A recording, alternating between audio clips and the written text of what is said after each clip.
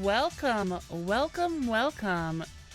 the Newbcast Podcast for the 30th of December. My name is Miss Michelle Jean, joined by the Newbcast crew. Where's Hippo? I found him. He's in the chat. He's in the chat. Okay. The Hippo is in the chat. Oh, so I can't convince anyone that I ate him and took his... I mean, he could be chatting from inside your belly. Well, That's a possibility. That could be a thing, I suppose. It's highly possible, and also you could just have created a bot to mimic Hippo. I mean, you just need to make a lot of jokes about not murdering people as a doctor, and make that bot also really love house flipping. Hippopotamus. Oh, nice. Guys. Oh dear. Welcome to Now everybody's seriously wondering. We're having that half a second of, could this be? Oh, poor Hippo. Possibly. Guys, welcome to the Newbcast Podcast. Just one second. I'm trying to get myself in the chat. My Firefox decided to do this fun thing where it just decides to log me out of every single thing. Oh, I How love it when that rude. happens. That's my favorite. Yeah. You can't hear me? Can the rest of you hear me? No? Oh, wish I knew what I was hearing right now. Oh. Press F2. F, guys, F. I think her audio is glitched because, of course, everything's going to go wrong immediately after sound check. Wait a second. This is 2018. This isn't supposed to be the dumpster fire year. It's supposed to be the... Oh no. It was supposed to be space travel. It was supposed to be space travel.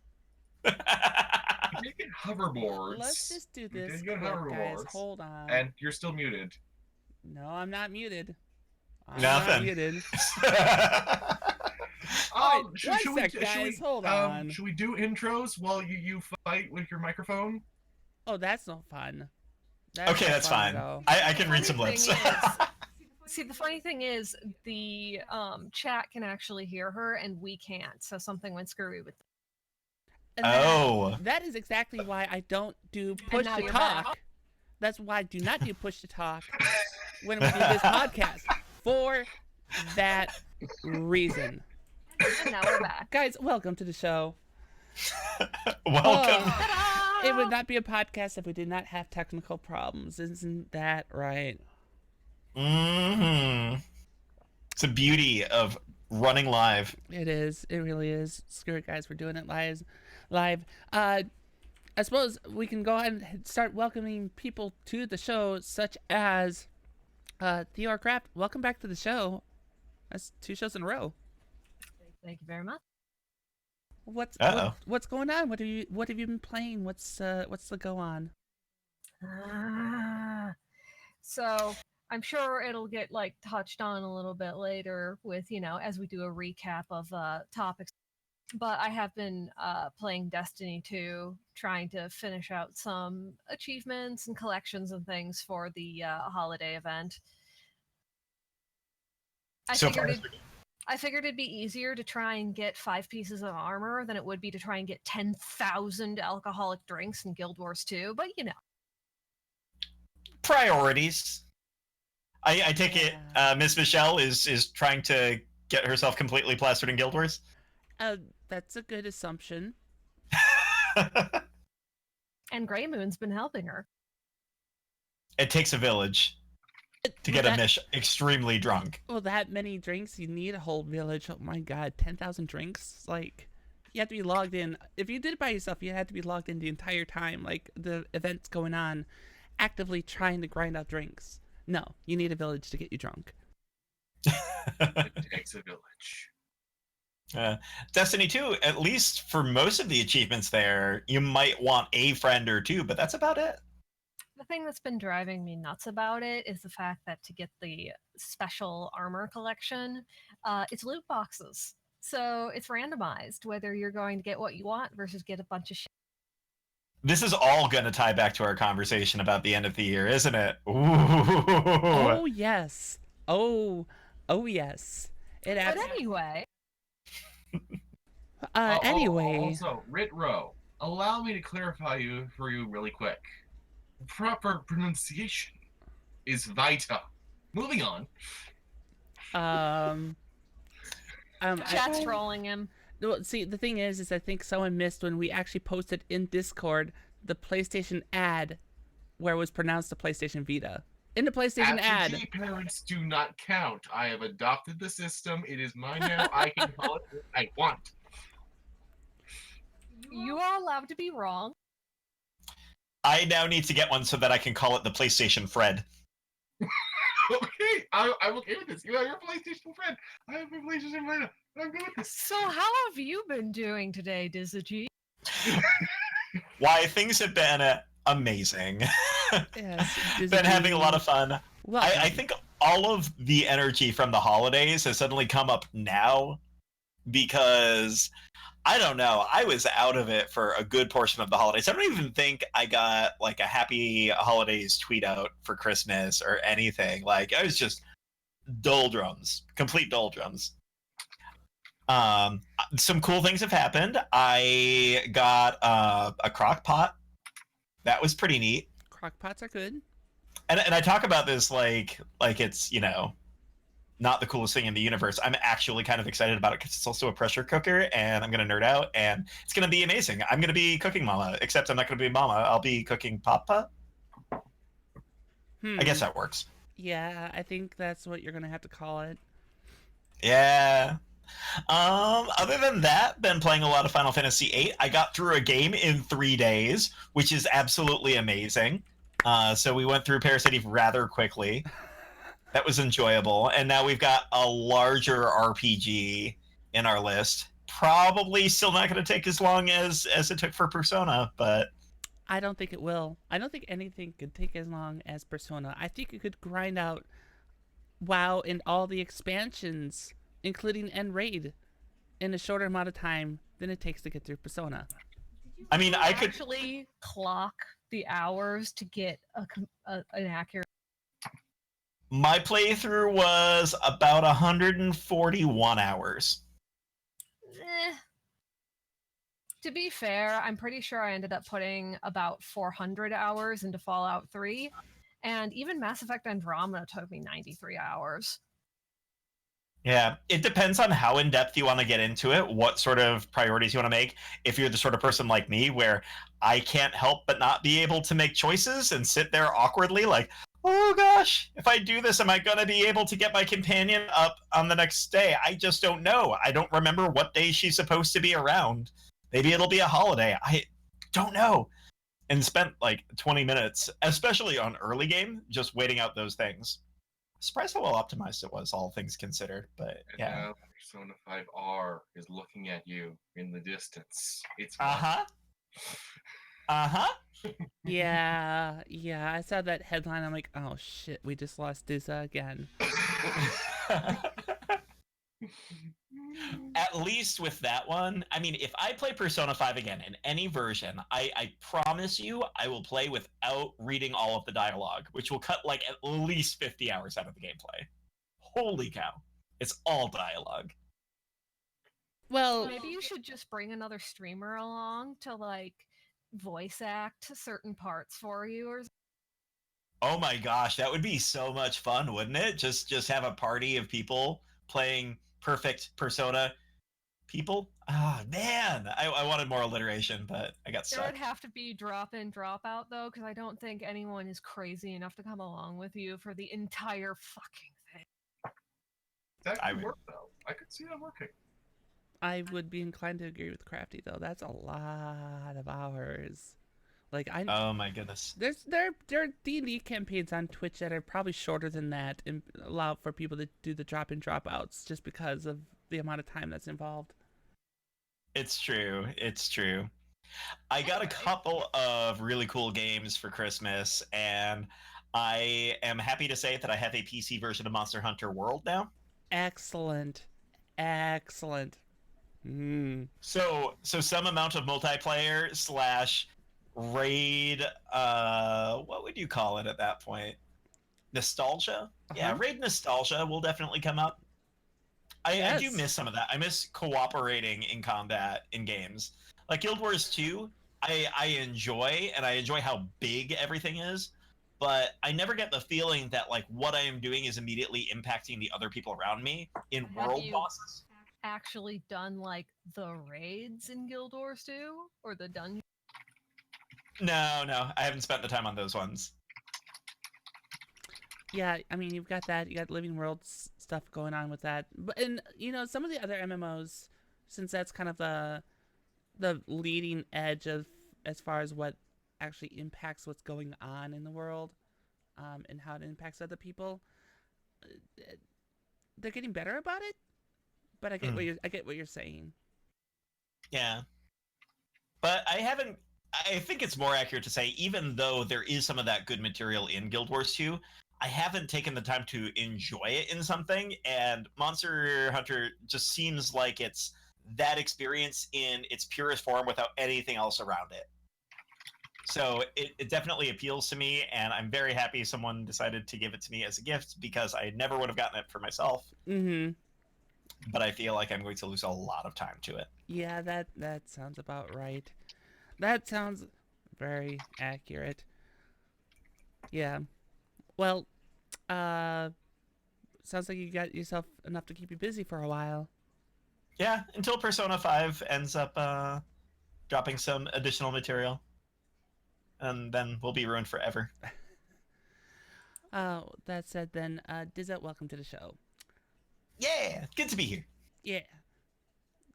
Elijah, welcome. How's it going? Hello. I have had a really weird year.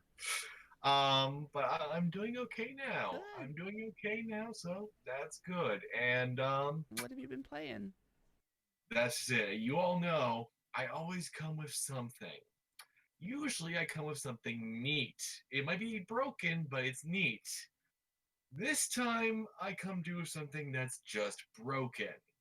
I will be doing a full review of it simply because it's the amazing kind of broken. It's the Aliens vs. Predator 2010 kind of broken. It's just, this is so bad on so many levels. I don't understand how there are people who worked on it who are like, we don't understand why we didn't get greenlit for a sequel, which is seriously a thing. They have revealed that they had already started work on a potential sequel to this thing. And it's a spin-off to a really good series. The game I am referring to ambiguously is Batman Arkham Origins Blackgate, of which I've been playing the deluxe edition.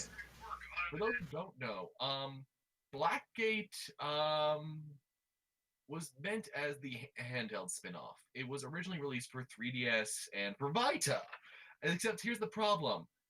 Those are two systems with completely different control schemes and setups. I mean, the 3DS is all about having one analog stick, unless you got the add-on, and two touchscreens. Whereas if you're Vita, you've got two analog sticks and a whole mess of other kind of touchscreens. And then they brought it to PC and consoles, and like the PC version has a mouse cursor that's just there. There's like no in-context explanation. It's just there because that's how you choose where you're going to grapple now, because there's no secondary camera. Because you'd think, okay, I mean, the 3DS and the Vita both have, they're good enough that they can actually support an open world experience, or even just like a nice linear 3D game.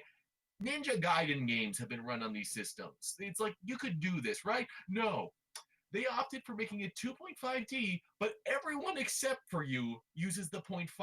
You only use the 2D. You have two dimensions. This is a Batman whose fear isn't of bats, but of the third dimension. This means that every the map is 3D. The map is fully 3D. There's sometimes even full modeling for a level, but the camera won't show it even sometimes. And the boss fights are so terrible. And you know how the Arkham combat is really fluid and flowing? Yeah. What if it were not that? What if the exact opposite, where every punch is like, and what, you know, all these enemy types that Rocksteady has already developed and that Warner Bros. Montreal expanded upon, we're not gonna do them. We're gonna have like 3 guys you fight, one of which is you just stun him once and then you punch him a bunch, and the other ones who you leap over and then you punch them. There's like no stretch to anything, and the stealth encounters are somehow less inspired and less creative than the ones you experience in Arkham Asylum. Like, they are so basic and nice. And also, you straight up murder someone! You murder someone within the first opening there's this guy who's got an assault rifle and a giant light, and you have to get past him to backtrack. And beneath him is this whole mess of grinders, because apparently Blackgate, a prison facility, needs to have grinders like out of the Gears of War game. And you have to magically figure out that you're supposed to aim your batarang, which, by the way, they have a lock-on system for everything. So even though you can finally actually fire your explosive gel at range, you still really can't. And you have to throw your batarang at this one point to knock out the light. Then you have to fire explosive gel beneath him on the bit of catwalk that he's on, blow it up underneath him, and send him falling to his death. And according to the Hidden Object Guru, when I was talking to him about this, there's actually another place where you can accidentally kill someone. In a Batman game. There's so much bad with this. Catwoman just helps you for no reason. And also, they basically retcon her entire stage, the status of her relationship with Batman in Arkham City.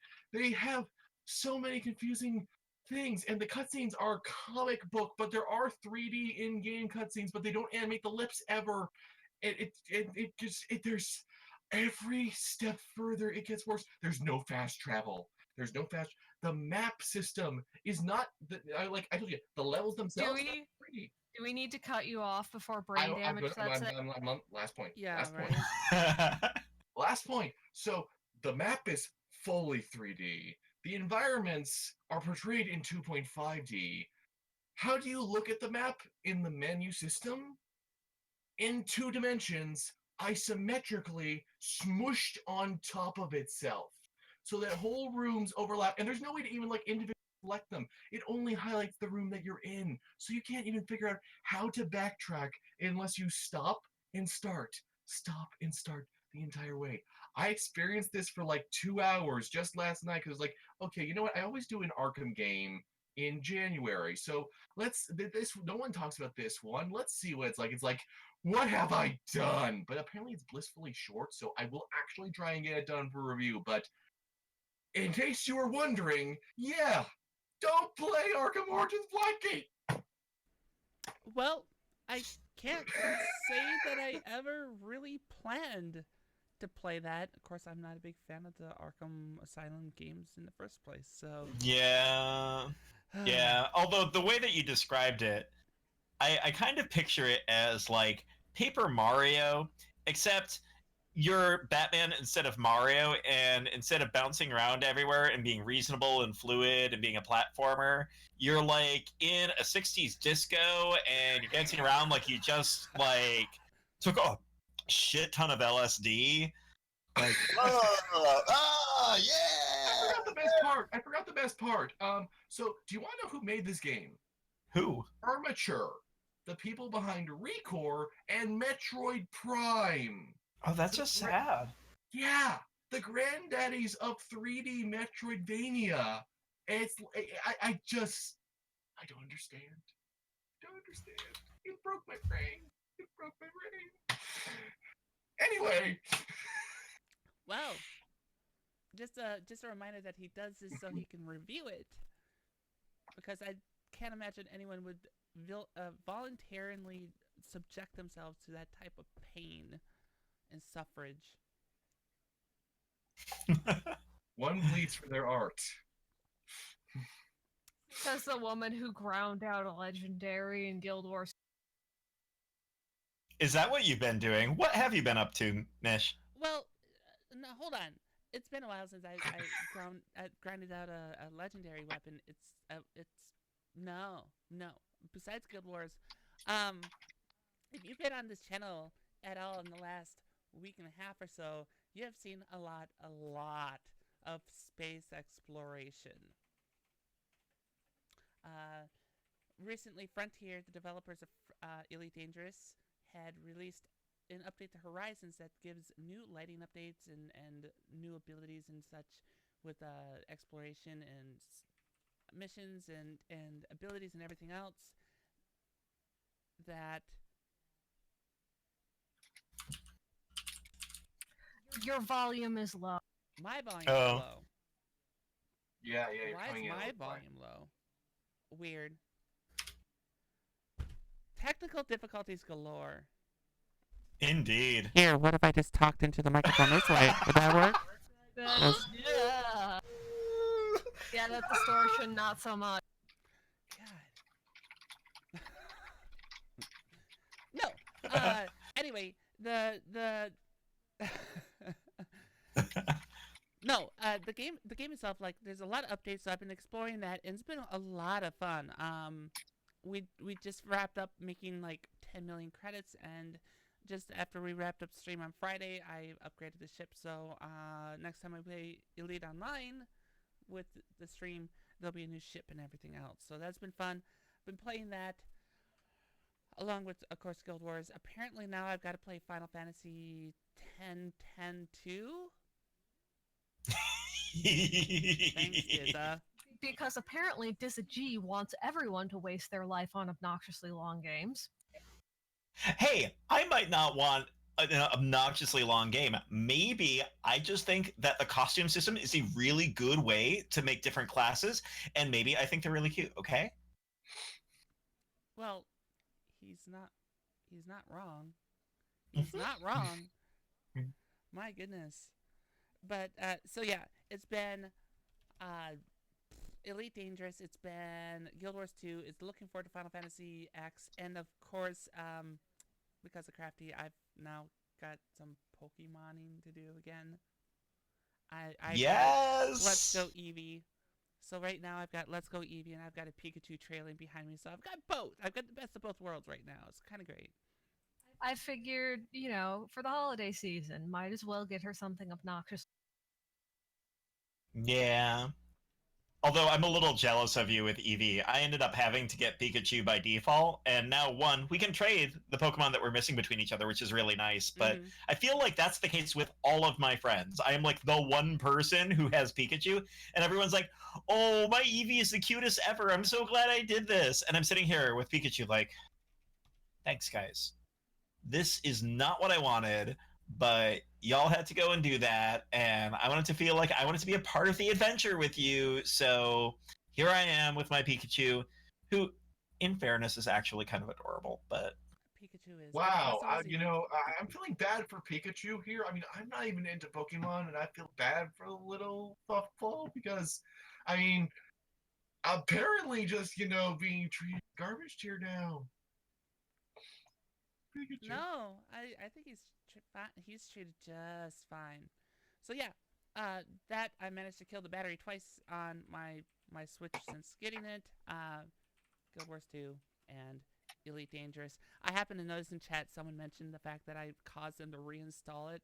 I've managed to get 3 people to reinstall it and 1 person to buy it in the last week playing the game. So I mean, if that says anything, it's fun. It's so pretty. That's what Go On is. Mm-hmm. And that's what I've been doing. But speaking of games that I've been playing and games that look pretty, a game that I haven't been playing and doesn't look pretty is Atlas. Have we watched the news with that? It's hard not to hear the screams of everyone in certain discords that I'm in, where they're just sort of like, look, they found a way to be worse than Fallout 76. They found a way to take that bullet for Bethesda. It's very thoughtful of them, actually, when you put it that way. I don't know if they've done that fully, only because Bethesda's a AAA developer, and I would argue that these guys are that AAA status. They're willing to charge AAA prices. They're This willing is to true. charge a season pass, and then the thing that gets me is that they found an ARC menu buried if you use a controller in Atlas. Yes, well, that's part of the problem, right? So part of the news is that Atlas was delayed a week. Then it was delayed 2 more days. Then it was delayed another 12 hours, then another 8 hours, and another 4 hours, and then they finally launched it. And then people found it wasn't that exciting, and they thought it looked a lot like ARC until they had a controller go down to that secret menu. And now there's a theory that Atlas actually should have been just an expansion to ARC. Ooh. Right? That is... There's implications that it was essentially just a reskin because it was meant to be DLC. And to be fair, it is not unheard of to, be creating something as an expansion or DLC and thinking, oh, this has more potential. I could spin this off. I could make something more of this. But in this case, we're kind of looking at it. It's not. It's so badly done and so sparse that no one's really buying that it should have been its own thing. Right. Well, not just that. So, part of that theory goes along with the fact that, with this particular sale or with this new title, they're able to resell the product. If you bought the season pass for Ark, that season pass would have covered any future expansions or what. I mean, that's the point of a season pass. So instead of, having this expansion roll out for Ark and then not getting paid for it, they decided to make it its own standalone game. And oh look, it's a reskin of the same game. And there's a lot of other issues with it too. There was one particular commentator that was talking about how the game is incredibly grindy. Unless you happen to have like a Twitch audience with a huge group of people that are doing the work for you, it's a grind. It is a horrible, painful grind all the way through the game. Mm. And I mean, I've watched a few streams of people because I mean, we talked about it wrapping up the Game Show Awards from 2 weeks ago. It's like, all right, a pirate MMO. This has to be somewhat interesting, right? Mm-hmm. No. It looks, God, oh my God, it looks so ugly. I can't understand why people want to play this. I've watched nothing but tree chopping, it seems like. More often than not, tree chopping. And Yeah. it just looks very, what's the way I wanted this? Almost like some of the assets almost look like they're straight out of what? Day One Gary's Incident. It's that bad. Harsh. Burn. Yeah, it's bad, guys. They call it as bad as Jurassic Park Trespasser. I mean, I've got dice here on my desk. We could roll and see which one might actually win the roll because they're both pretty equally horrible. Mm. I don't. Have any of the rest of you watched any of the streams? Like any streams, any video coverage, any news regarding this? I've tried to avoid it because when I started hearing about the delays, I figured it was going to be bad. And I didn't have the time, obviously, with all of the craziness in the holidays, to really spend looking at it. And I'm very glad to find out that it is not worth my time, and I'm not going to touch it. I have friends who have actually had like their siblings play Ark, and they're like, "Don't touch it, don't play it. It was 70 gigabytes of hell. I'm glad it's uninstalled now." And it's like, yeah, I just try to stay out of it. I love survival horror. I am not interested in all of these bloody open world survival games that are just trying to be their own variant land of Minecraft, because while there's been a few that are actually interesting, a lot of them just throw it out there with maybe one curveball. It's the same situation that almost inevitably happened with Battle Royales, where even if you actually have something interesting to say, it's really hard to find that interesting one amid the sea. I still don't understand how Ark even runs on mobile, since it can't run on an Xbox One. Well, it arguably doesn't run on anything well. I mean, that's part of the problem, I think. It's horribly bad. Part of the problem, I think, is the fact that they were trying to get this out shortly after the Game Awards because they had this spot at the Video Game Awards, and clearly by having a grind at the very end where they did not launch properly, it turned into a burning heap of a game. Which, I mean, if there was a Razzies for Video Games of the Year, it shot itself straight to the top, and it easily contends itself with Fallout 76 this year. Speaking of Fallout, Fallout 76. Oh lordy. Yeah. Yeah. Dead horse that just keeps resurrecting. This one's actually kind of fun. Uh, I think this is interesting. It gets worse though. yeah. Oh. So, players that were banned in Fallout 76 for using mods and such got an email notification letting them know that they were banned. And in the last paragraph, they were asked to write an essay about how modding is cheating and how it's bad for the online environment. Now here's the thing. Fallout, Skyrim, a lot of Bethesda's open world titles have a really, really active modding community. They always have. Partially because players are fixing the shit that Bethesda doesn't, and also because, you know, it's their product, they bought it, sometimes they want to add things in. People were getting banned apparently for mods as simple as a reshade, which is nothing but post-processing. Oh, so they're going like graphical full dice enhancements. with Battlefield 3. They're going to Dice's level of you can't change anything. Right, but they allowed it because there was mods that could be... Mods were allowed to be in at a point, but it's the idea of it's changing the ability that you or the way you play the game, right? The fact that it would give you an unfair advantage over another player. But some of these don't do that. Some of these are just adding shaders to the game or extra processing to make it look graphically better. Some of these reshader programs and mods are used in other games, like MMOs and other online games. And all it does is processes the game to looks better. That's all it does. Different on your screen. It literally does not affect anyone else. Yeah. So apparently Bethesda's whatever they're using to be able to catch modders is not actually there's no differentiation between people who are actually harming the game and people who are just doing something that's completely...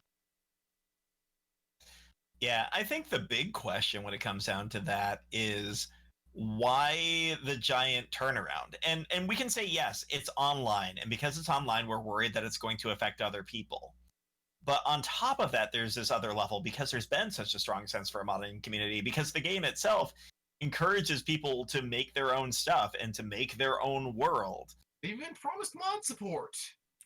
To be frank, I think this just kind of goes back to the idea of Bethesda bit off more than they could chew. This Fallout 76 feels like bandwagon jumping. They're like, everybody likes online games and games of service, and they make so much money, so let's get in on that too. And they were not prepared. They just weren't. They did not know what they were doing. They did not have an engine that was good for it. And apparently they didn't really have a concept that was great for it either. I think the icing on the cake is that essay that needs to be written. It's like a condescending teacher, you know, having you write on the chalkboard, which doesn't exist and hasn't existed for decades. I will not do this. To be fair, 14 times. To be fair, we have actually seen cases of that where it works. Riot Games in some cases have essentially allowed people to overturn their bans in exchange for apologies. And we have seen things like very, very young gamers acting like assholes that essentially went, oh, I didn't even know that like this wasn't really allowed because I see it all the time from other people who are older than me. I know now, I'm sorry. And they, you know what, in cases like that, if someone's going to correct their behavior, then sure. But the fact that someone did something completely benign and are being punished for it is garbage. Yeah, and that's really what the idea was, is some of the people that were banned because of the bans that were out there was a chance for them to, you know, go back and say, no, I understand what I did. I screwed up. It was a chance for them to redeem themselves and be able to play the game that they paid for. But some of the people that were targeted, again, were people that were using mods that they weren't cheating. So especially when it's a franchise where the modding community had in the past been encouraged. Yeah. So, There's a whole segment of your population that does not trust what you're doing anymore. Great job. oh, and did anyone hear about the latest? Just it's totally small, and it was probably outside Bethesda's control, but there was another bait and switch problem related to Fallout 76. Ooh.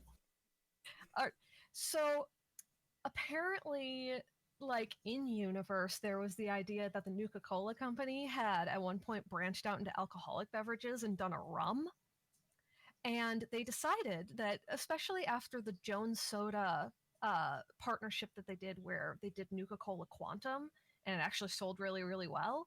And Jones Soda, they're a great company. I adore them. I love getting a box of their D&D themed drinks. Anyway, so they decided to partner with a company to do Nuka Rum. And one of the big selling points was the fact that it was going to essentially be in a Nuka style bottle, which Yes, based on the advertisements and the photos of this particular product, that is the way that it appeared in the product placement. and for those that aren't familiar with it, the Nuka-Cola brand in-game, part of what makes it distinguished is the fact that the bottles are essentially shaped like rocket ships, and they have like fins on the bottom of it that help hold it up. So the Nuka rum kept getting delayed. Just so you know, they were selling these for $80 a bottle. Ooh. And there are a lot of people out there who actually are alcohol collectors specifically to get unique bottles. They can be works of art in and of themselves, if you've seen them. And when the product finally shipped, it was essentially a normal straight glass bottle with a cheap label enclosed in a rocket ship shaped plastic shell. Wow.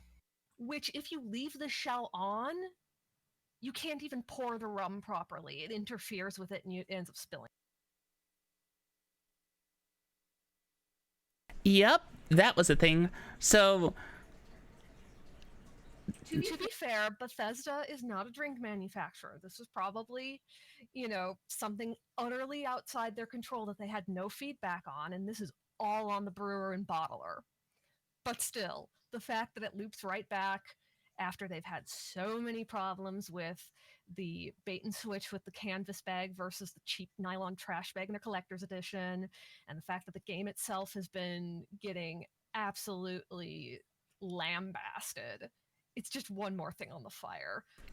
Mm-hmm. Oh, and the extra fuel for this was the fact that the release date was delayed by 4 weeks, followed by another week, followed by an extra 4 days, and people were not sure if they were going to get it by the holidays like they thought they would.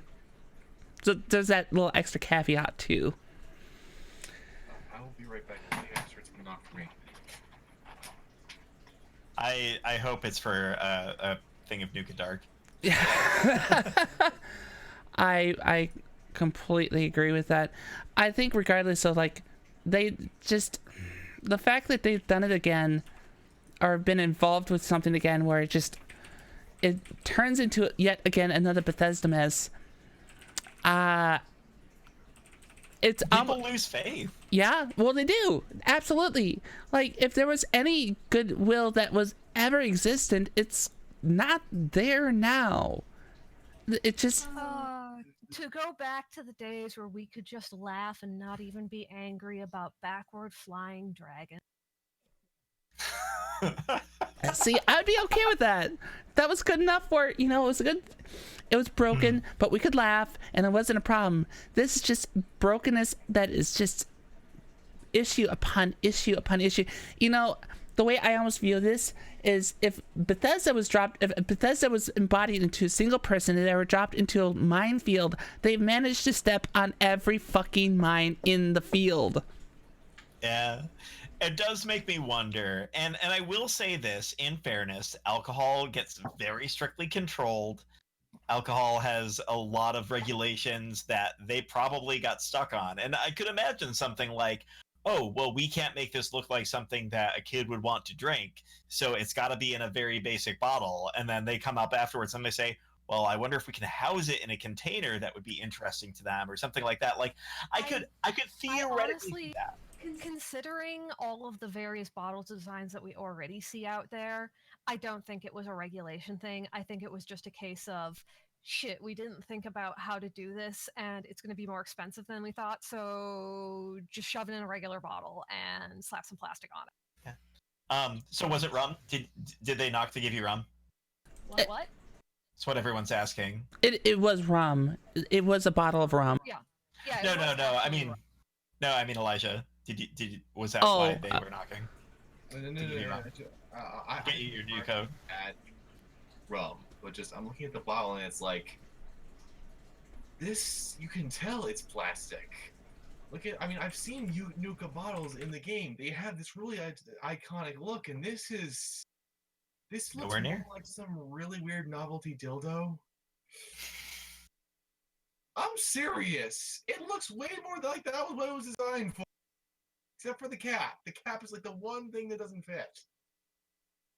I think it was still the way it was implied. Like, there was nothing that indicated that it was not a bottle shaped like a Nuka-Cola bottle. I think, especially after the canvas bag situation, you would think that they would have taken that extra precaution. Just take that extra precaution to be like, this is a collector's casing for a bottle.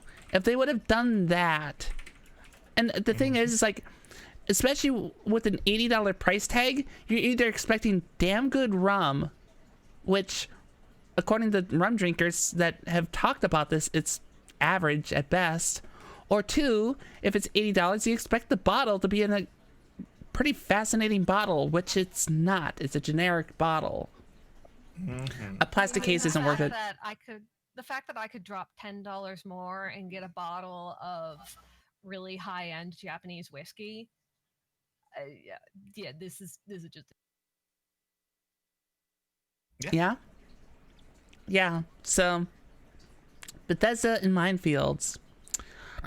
That being said, as far as headlines the past few weeks, there have been very few of them. Who knew that there are very few headlines in the gaming industry around the holiday season? Is that so? Sales numbers. Yeah. What made gangbusters for the holiday?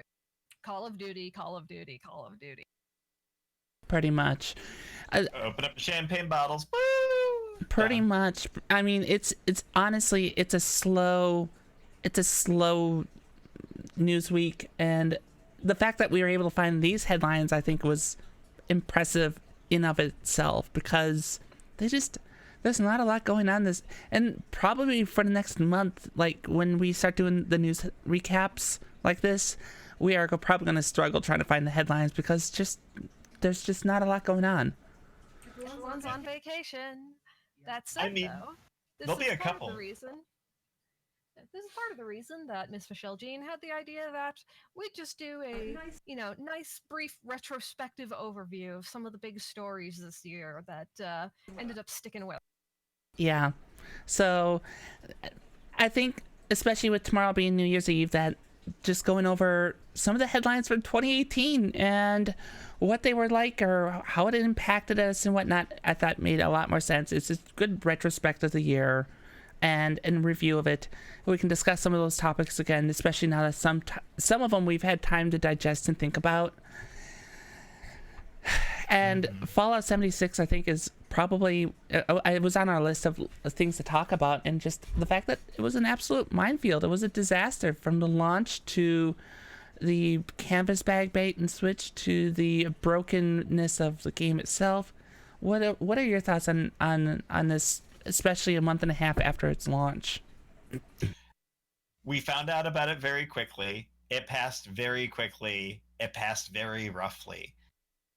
there have been so many times in video games, Final Fantasy 15, where we've spent so much time aching over something and thinking, hey, at least this is going to be extremely polished and things like that. And for that example, Final Fantasy 15 never felt the way that I wanted it to be. It was an all right game. Now I'm starting to wonder if that's the amount of time that any game needs in order to be okay, after seeing how quickly 76 was presented to us and then proceeded to fall out of the appreciation of the community. I appreciate that pun. I would argue, though, just real quick, in regards to 76, I firmly believe that one of the biggest issues is that still there's a lot of developers out there that are struggling to figure out how to make multiplayer work in their games. Like, I recently learned that, actually, I loved the Dead Space 2 multiplayer, but not too long ago it was unveiled that apparently that multiplayer was instead meant for a completely different game around Jekyll and Hyde and Jack the Ripper that they were developing that got canceled. They folded it in as like a last-ditch recycling move, which is also why it was so anemic in terms of post-launch support. It just like there's a lot of developers who are sort of like, this is approximate to what people would like, right? This is what the people go for. So, because multiplayer is hard, you have to build a system that allows for multiple people to interact in a way that they're all having some kind of fun, whether or not they're winning or not, whether or not it's cooperative or competitive, while also supporting a variable amount of players and skill levels. Also, it's very intense. There's a lot of times I've heard people say that making a multiplayer game is actually cheaper, and in terms of the actual amount of content you have to make, maybe, but in terms of the design, in terms of the polishing, it is so much harder. And Bethesda tends to just kind of fire and let their games fix. And we're talking about how so many times their games have to be fixed by mods for you to really get the most out of them. And that is a problem with this generation in general, but it's especially egregious to do with multiplayer games. It's hurt so many of them already. You can't just, if they were going to do that, it should have been done like an early access thing. And if anything else, the beta period shouldn't have been treated like a demo. They shouldn't have been like, oh yeah, your progress will carry over and everything, because Hold on. Are you telling me that a developer should have actually used beta time as actual beta testing? What world is this? What world is this? Apparently a world where only the DICE team behind Battlefield 5 understands that. They're the only developer I released a public beta. They actually waited a few months and polished it. Every other game just, they use it as an extent. You should not be carrying over progress from your beta build. That should not be a thing. That says that the release build is the beta build. It might have a few things ironed out, but you're not actually going to fix most of this. Not in time. To be fair, when it comes to open betas, everybody is completely tone deaf and doesn't read. And they end up getting the game critiqued and even sometimes reviewed based on their open betas. So I completely understand the fact that the majority of companies, as soon as they're going open, are treating it as nothing more than a stress test. Well, and it's too bad. That's partially on the press, and they've got to stop doing that, because there is a saying. We started using it. It was definitely used by other much larger commentators, that beta is beta. It's not done. It's being tested. I think you're talking about DICE. I think the only other company that really does beta well, and they've had issues this year too, is Blizzard. Blizzard actually does beta tests properly, where they ask for your feedback. If there's issues, they want bug reports. But so few developers actually do that now, and they just treat it as a demo or early access as a way to try to get extra money out of their customers to try to finish the product. And to continually screw their QA team. Yeah. I do want to say, I can't say for who, because I am under NDA for this, but I did actually experience another publisher that is legitimately trying to get quality assurance right with one of their products. I got lucky. I got into a closed test, and what I can say is the thing that was nice about it was that they made sure to be thorough and to ask questions. They actually established a forum and tried to motivate people to push up the things that they agreed with that were problems and encourage conversation. So it's like, and from a publisher that I was actually a little bit surprised to see it from. They talked a big game, but they don't always seem like they're actually listening to people. But it's like it's starting. I can see gears starting to turn where some people are figuring out that, oh yeah, we actually need to make sure these things work. We've established a precedent now where no one expects our games to work. So I'm thinking maybe in the next 5 to 10 years they'll finally have figured this out, because there was a time not too long ago when a beta test was just a beta test. Back before the boom of just all the influencers, all these different platforms didn't used to exist. Back in like the early 2000s, demos and betas were just kind of a thing. No One Lives Forever 2 released its E3 demo as a demo that you could play on your PC. You can still download it and play it, and you just don't see that anymore. But I'm curious if that might change. See, and as far as demos overall, like, they're just far and few between, and even when you do get demos, you have to get keys and agree to certain things. I think we saw that when on this channel we covered Beyond the Stars, which is a game that is still in demo. They're still working their Kickstarter. I mean that's the point they're at. They're still working their Kickstarter and whatnot, and that was a demo, but the demo was limited to so many keys and only so many influencers. And I you know, you're right. I do miss the days that a demo was a demo and a beta is a beta. And the thing is I don't think it's necessarily wrong to say here's an early peek at what the game could potentially be like, stating that it's a beta. But I really think that the emphasis should be a beta's a beta and things can change before the final launch, because that's the way it should be. Yeah, the inevitable problem is that there are people out there who are going to want to show a beta that is actually a polished piece, because, hey, if it's so good now, imagine what it'll be like after you get your QA review. As a matter of marketing, as a matter of positioning your product, people are always going to want to push that envelope on what that definition is. And it's almost as though there should be like an independent review of people who decide, hey, this game is clearly under the list of unpolished. Do not play it until it's wrapped up over here. Like, if there were like a universal list of that, like if any of the big reviewer teams out there just had a running list of this is not prepared yet, don't do it, for what is an early access or a beta list release, I think that would help people out. But yeah, it's an awful use of the term for marketing purposes that gets everything all convoluted.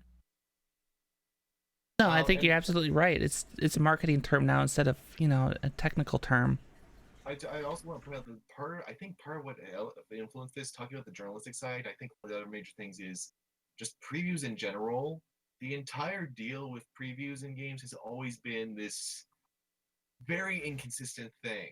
It's so weird how everybody else handles it differently. Like, reviews are pretty mainstream at this point. There's a few different ways pretty much everybody does them. Previews, it could be anything. I mean, just speaking from my experience, I had to watch someone else play the game. I got to play an advanced build that wasn't actually made for the platform that I was playing on, but it was ported there because they were still working out the issues. There's so many screwy things that happen because these are giant boulders in motion that the beta testing and all that just kind of got pulled under with everything else. It just got screwed over by that. Yeah. So it's funny that you mentioned, just to switch gears a little bit, I mean, we could beat into the ground the fact that there should have been beta testing, but some other things that have gone on this year. Elijah, you had mentioned the how there's similarities in reviews and such, but isn't it amazing when some reviews look exactly and sound exactly like other reviews from other people? Aren't those amazing? I know where we're going now. Those are the best, especially when they use the exact same phrases. I mean, consistency is important, right? Poor IGN. Right. They were really going to be flipping the switch on this one. Yep. Philip Mnuchin and the former IGN Nintendo editor that was caught plagiarizing Boomstick Gaming for Dead Cells, and when he was challenged by Kotaku to find more examples of his plagiarism that didn't exist, Kotaku answered and found several cases of plagiarism and Philip being fired, and his non-apology video much later after. That was the thing. His non-apology video was so bad he ended up taking it down. Yeah. Did he replace it with an actual apology after? No? Oh, okay. Nope. And correct me if I'm wrong, didn't the number of plagiarism cases that were being discovered just finally end up getting to the point where IGN just pulled absolutely everything that he'd written for them? Yep. Mm-hmm. Yep. To be perfectly fair, IGN's response to this was perfect. They researched it, they fired him, and they actually apparently were in discussions with offering some form of monetary compensation to Boomstick Gaming in regards to it, if I remember right.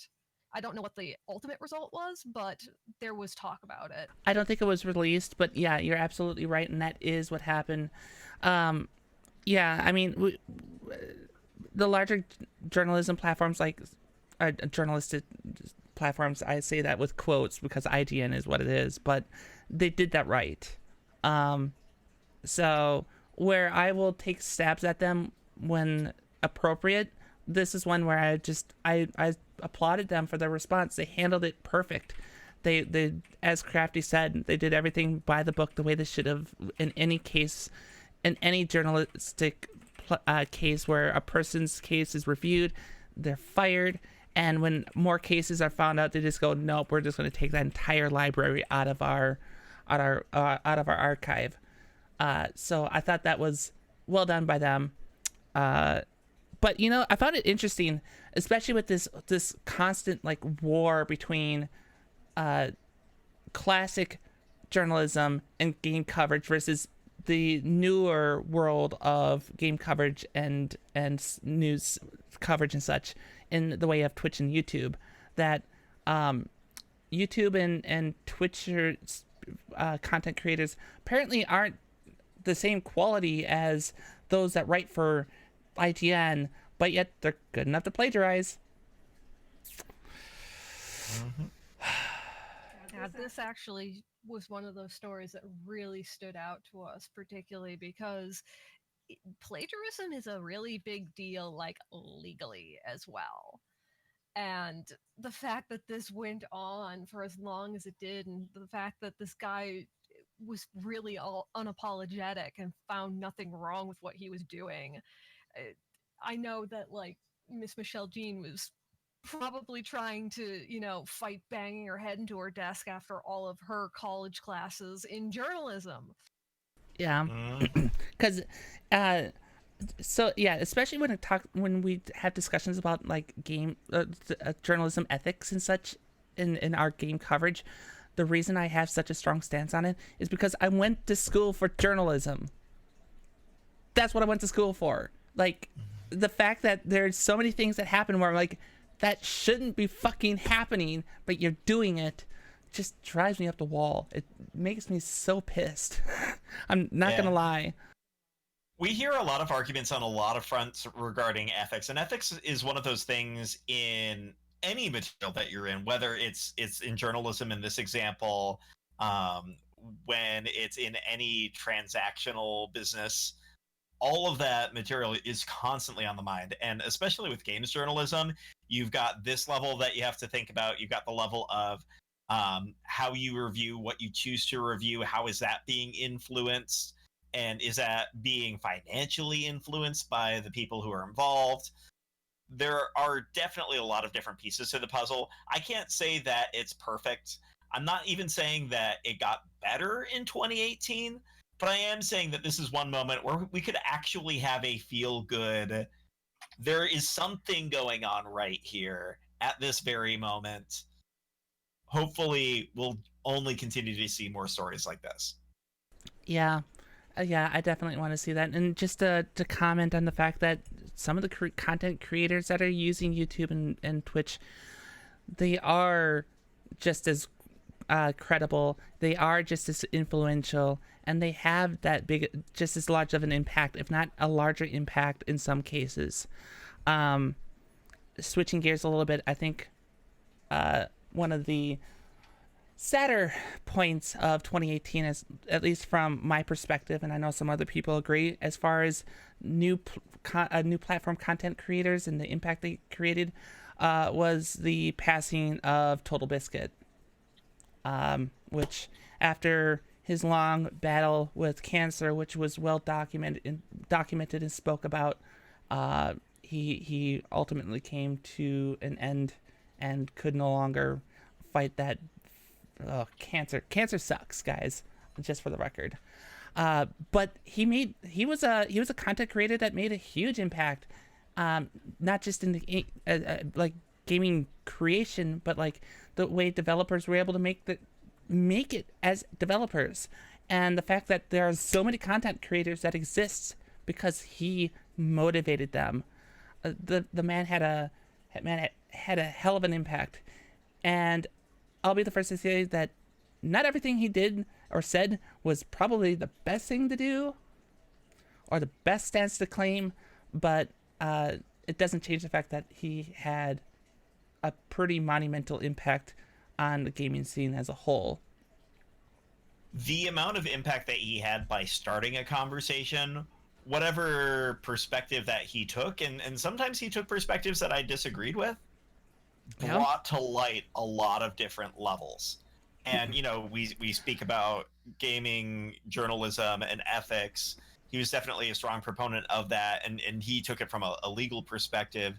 When you think about how he would talk about problems with games and the standard FOV slider, I mean, I will say Total Biscuit, if nothing else, has proven to the world that putting an FOV slider in everything that is reasonable to do so is a good thing, is appreciated by the community, is actually helping out people to enjoy a game that they otherwise would not be able to. I mean, he stood for some really good things that have helped a lot of people out, and more long-term have shown the influence that a regular lay person who started by playing video games and working at like a local game store can go from that to making a worldwide impact.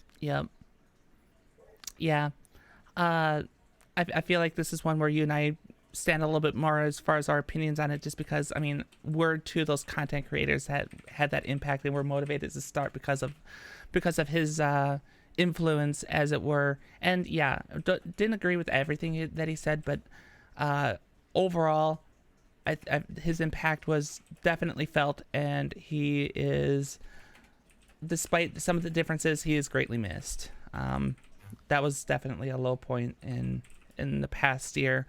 That said, with Jenna picking up his torch and trying to run with it the best she can, full mad respects to her, because that is not an easy thing to do, and I know she's trying to be her own thing, which is amazing and respectable, and can only hope the best for that, because damn, that's even if it's not trying to copy the legacy, she certainly is in the shadow of his legacy.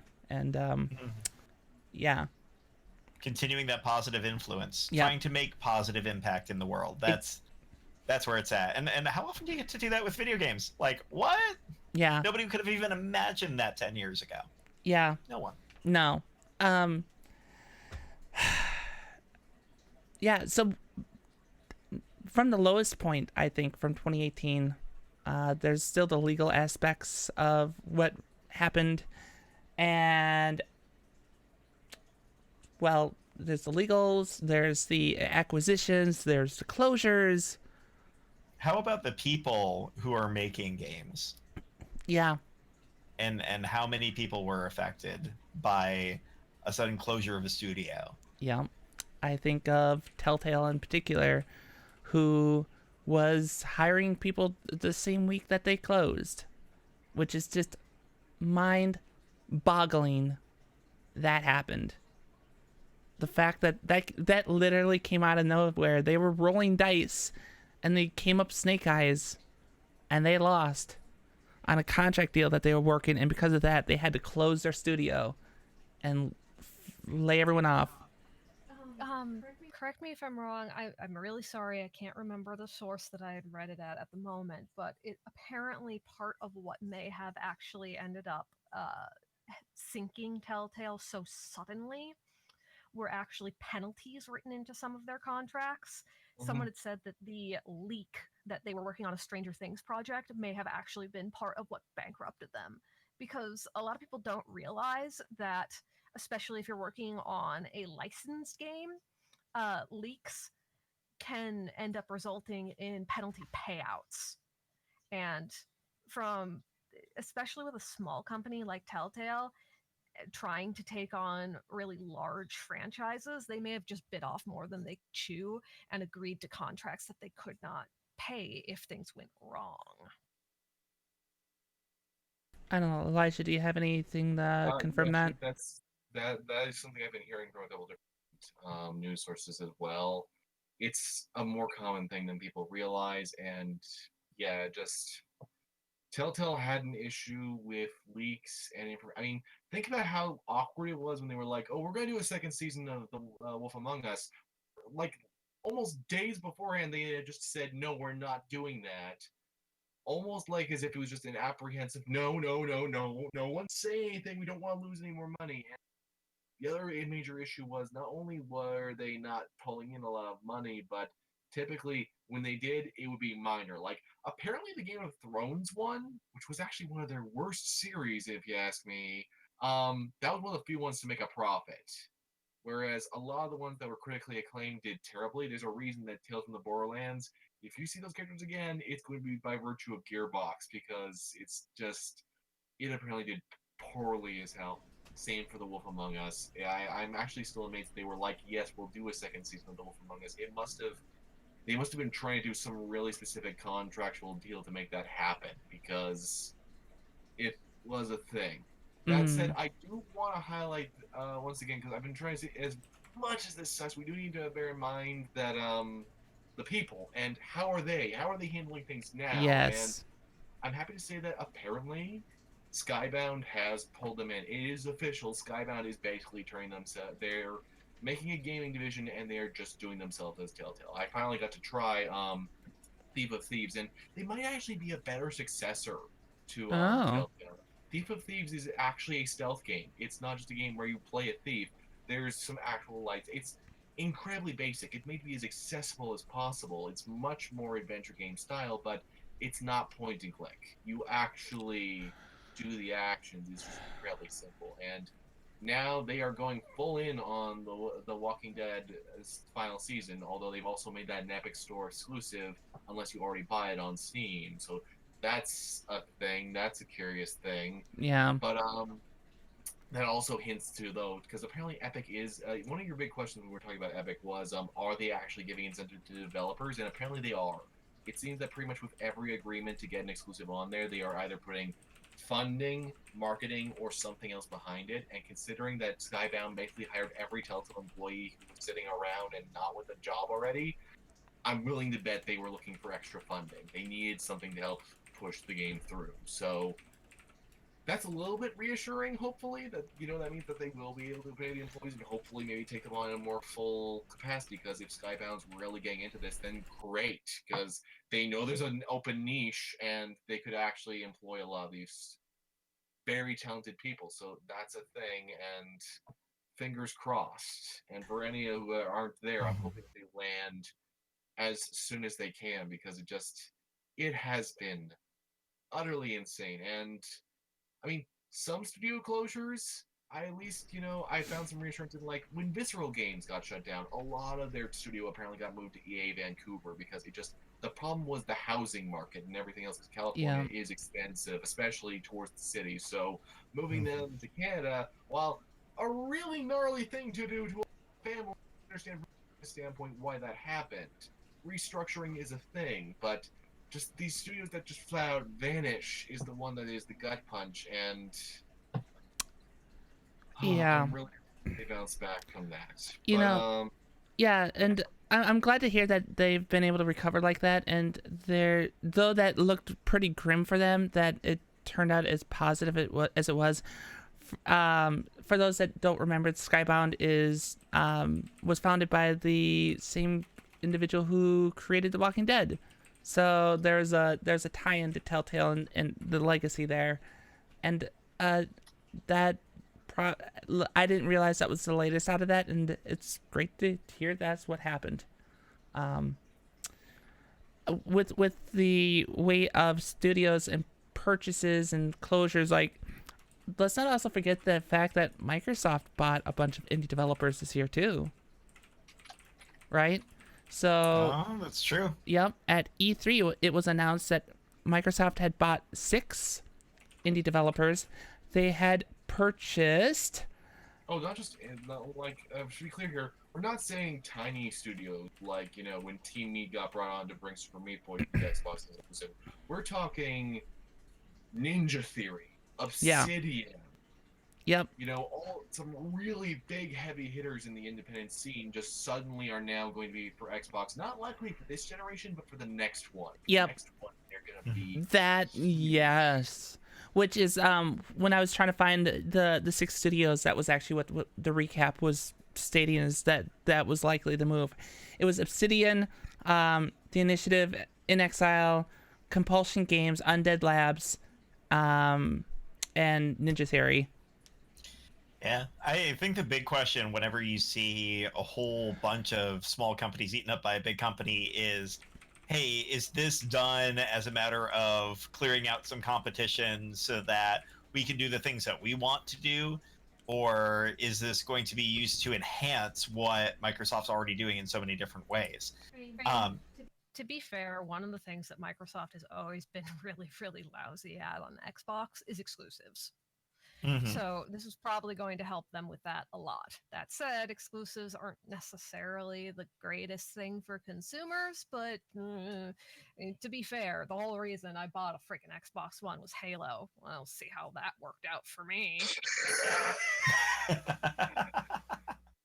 Yeah. I do want to point out on the upside, it's not going to be pure exclusives though, because Obsidian's working on the Outer Worlds. From what I understand, that's coming for PS4 and Xbox One. It seems like Microsoft isn't digging their claws in just as hard as they would with say in the 360 days where Halo 3 on PC. What is this? I can't hear you. We're going through a tunnel right now. No.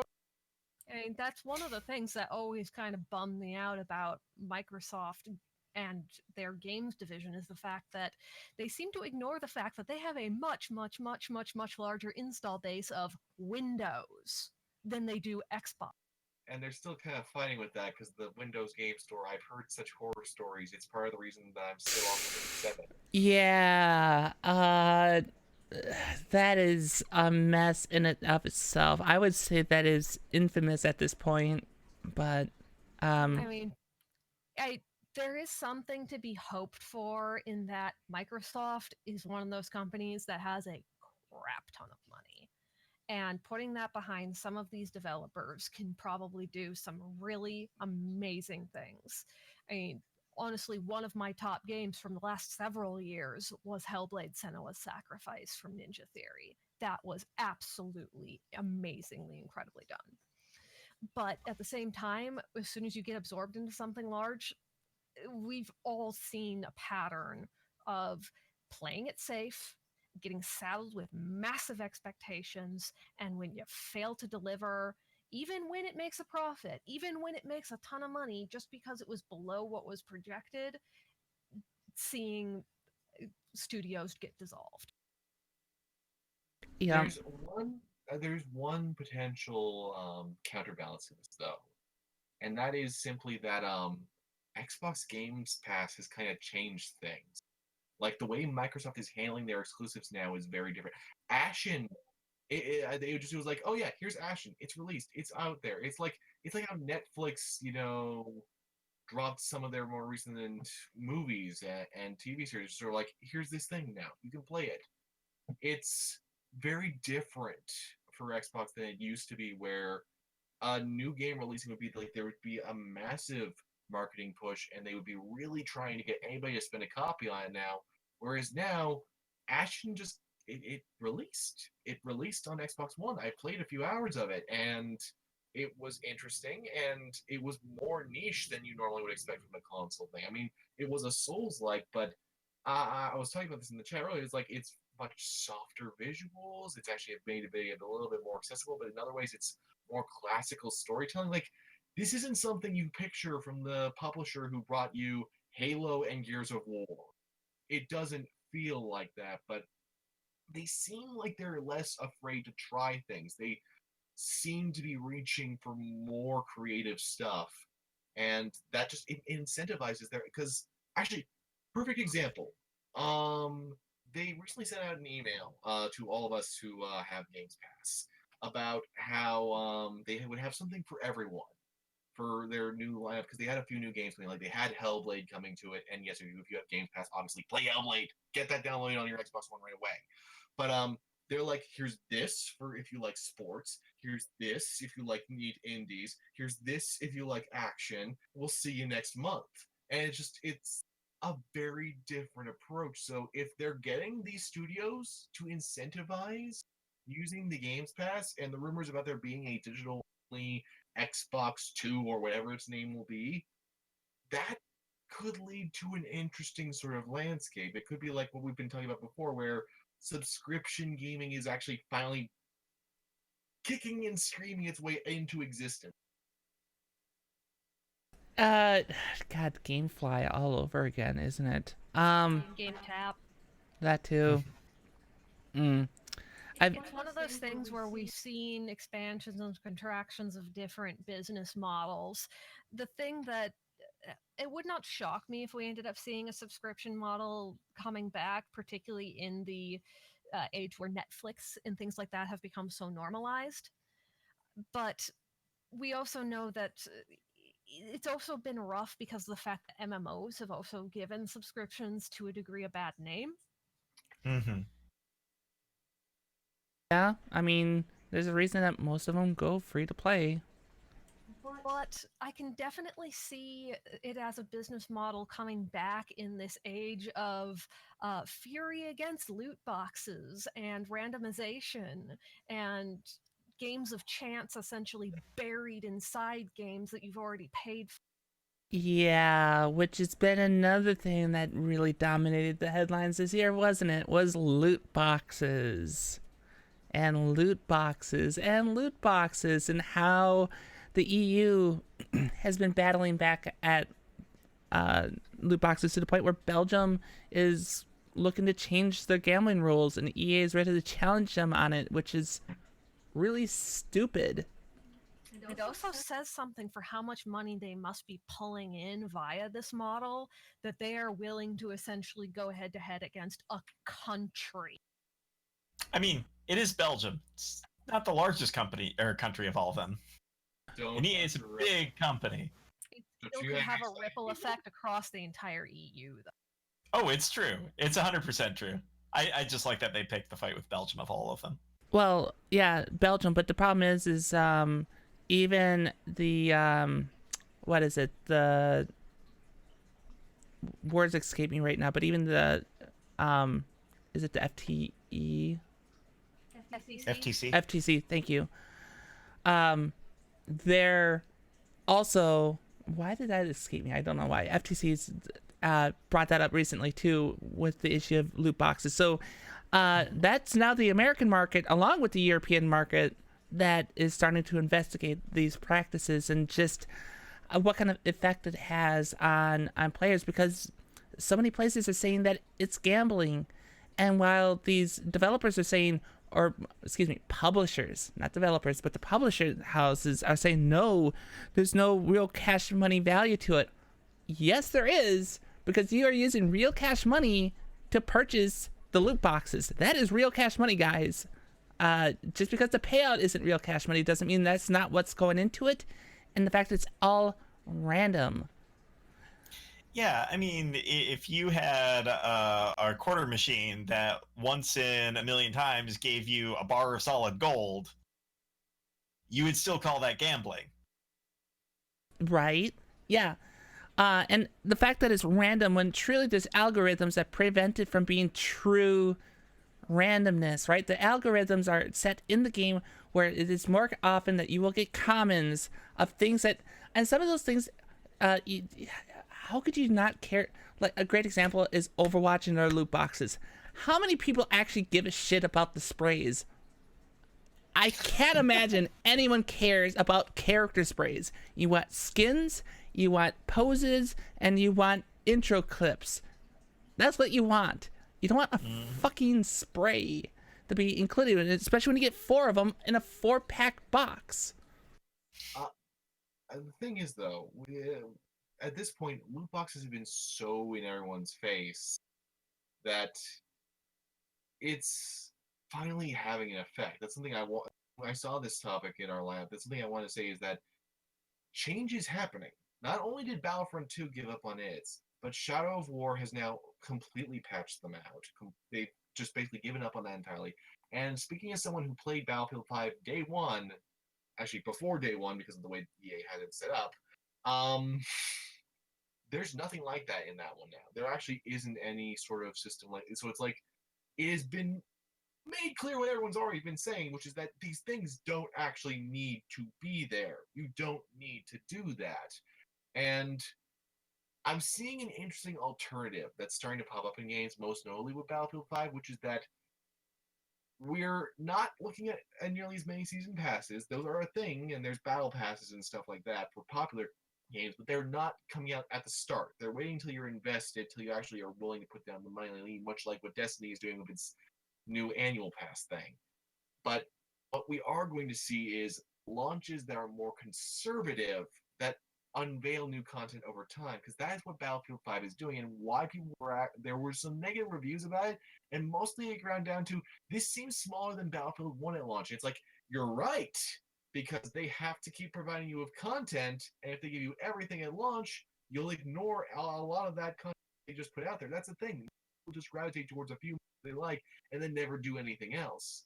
So as counterintuitive as it is, as much as I'm sure that in the developer and publisher side who are scratching their heads, the way to solve the loot box problem of getting more money in and keeping people invested is to actually develop your games slower, polish it up, obviously, use that time to make it come together better, but also delay things, plan things, schedule things. It's more like a television broadcast crossed with an actual game development cycle. Just extend it out really much longer than you would expect for a content update. Wait. I know what Mitch is going to say right now.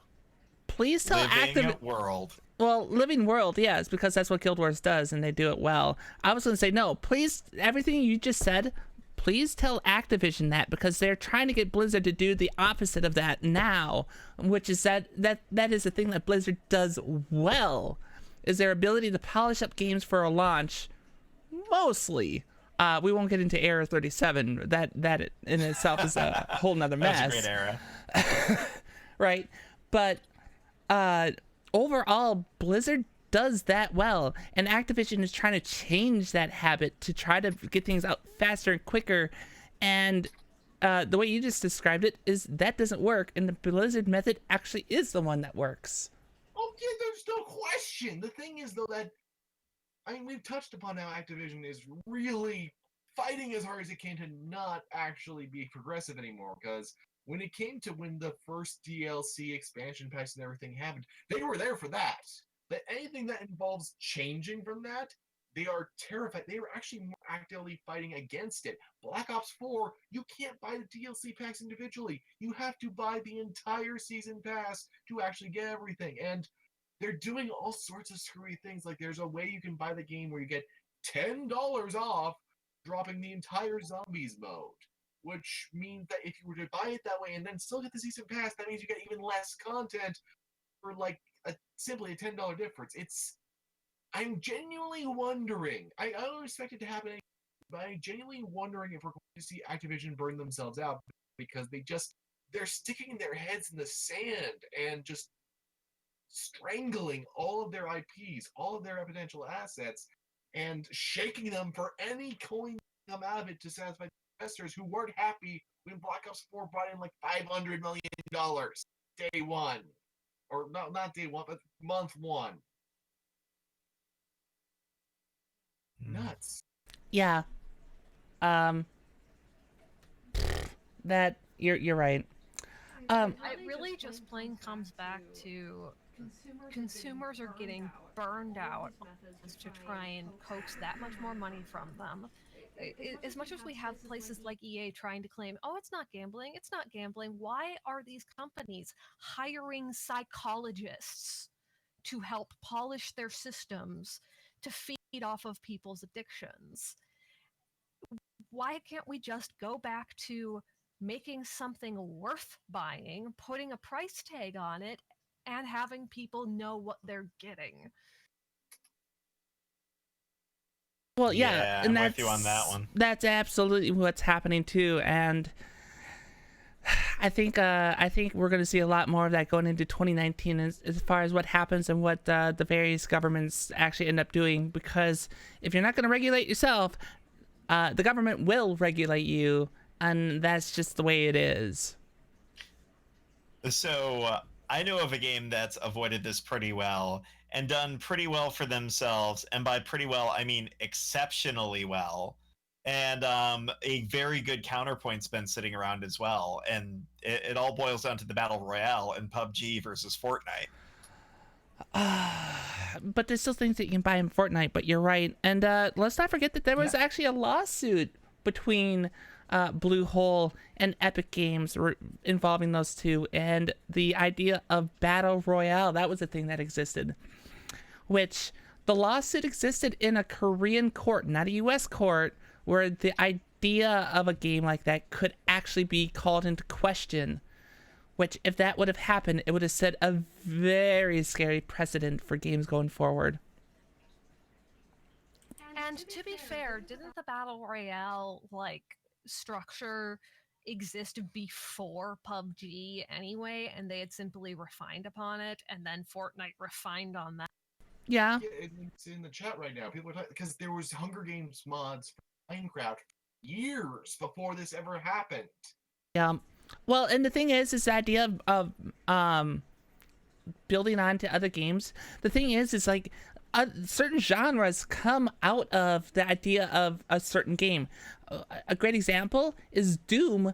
Doom was its own game for a very long time, right? There was Wolfenstein and Doom, and there's a point where when you started seeing other FPS games into the late 90s, they called them Doom-likes until it earned its own genre name of first-person shooter. The idea that the very idea that you could take an idea from a game like that and not allow other people to use those ideas is incredibly scary, because the ability to take a game, refine the ability of the game, and create a new game out of it is part of how the industry works. It's how we had the zombie survival games from Arma to DayZ. H1Z1 had a mod which was essentially PUBG. And didn't Just Cause 2 also have some form of battle royale mod as well, or was it just mass play? It was just basically that was mass play. Chaos. I would not call that battle royale. That is clusterfuck royale. I would agree with Elijah. That is just clusterfuck royale. That's all that is. But the very idea, right? Like even like large scale MMORPGs, there was one at one point, and then several others existed. There's a reason that so many MMORPGs are fantasy-based games. It's because the first one was. So many different genres are based off or had parts based off another game. They're called influencers. Guys, there's nothing wrong with having a influence from something else. And that's true of a lot of content creation. This podcast is an influence of another podcast. Right? Like, that's a thing. That is okay. As long as you don't steal it, you only borrow the idea, that is fine. You can do that. So we're not playing the actual copy of the last podcast from our influencers after this. I get it. I We're don't not doing think that so. recording. Okay. No, Okay. no. Fine. It's good. Yeah, we're not going to get fired from Twitch like Philip Mewson did from Right. And I mean, we already talked about that influence anyway. It was one of the other headlines from earlier. I mean, that's why this show's, formatted the way it is.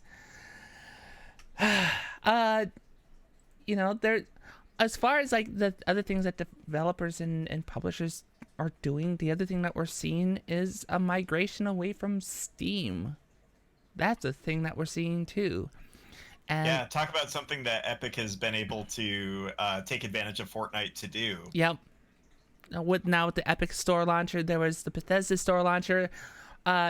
Origin doesn't show up in headlines a lot, which is probably for. I wanted to say. Well, the thing about Origin though is like it doesn't show up in headlines right now, right? Which is probably to its benefit, but it actually works well. Like it's actually a decent launcher. So. Not just that. It recently, just today, they unveiled that they are getting other developers AAA games now for their premier tier. Darksiders 3, This Is the Police 2, and Beholder 2 are going to be available for everyone on the Origin Access, which, for context, for those who don't know, that's the tier where you get early access to all the EA stuff, like weeks in advance.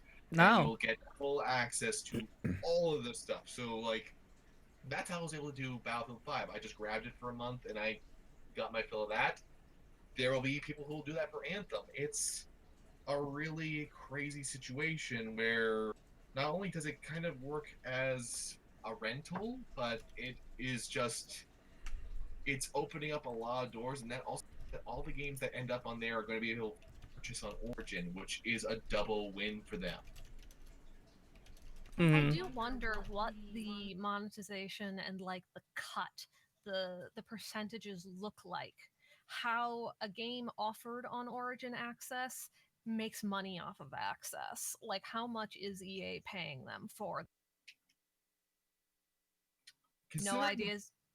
Considering the games that they're getting, I'm thinking they're not paying enough to like blow people away, but they are paying just enough that they can hook developers in, especially those who are getting a real huge recoup on their sales. Because, like, I mean, you've heard me rant about Darksiders 3. It had a lot of issues, but there is a niche audience for it that have been expressing enjoyment. So EA wants to pull that audience in. That has been kind of their main thing with the Games Pass is besides their games, they've been trying to pull in a lot of niche stuff, a lot of stuff that people don't usually see being offered on platforms freely or cheaply. So I'm not expecting it like to suddenly have Call of Duty on it, but I would expect that we're going to see mid-tier games coming to Origin Access because it just is proving that successful.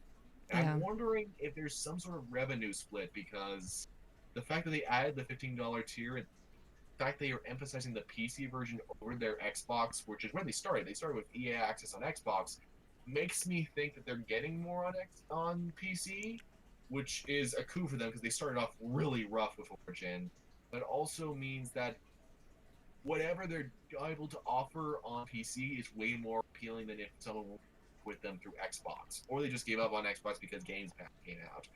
Either way, both of those beasts seem very closely intertwined. Yeah. And some of the revenue sharing, we were talking about that a little bit earlier too with Epic Games and their launcher, and we're seeing a lot of launchers too, and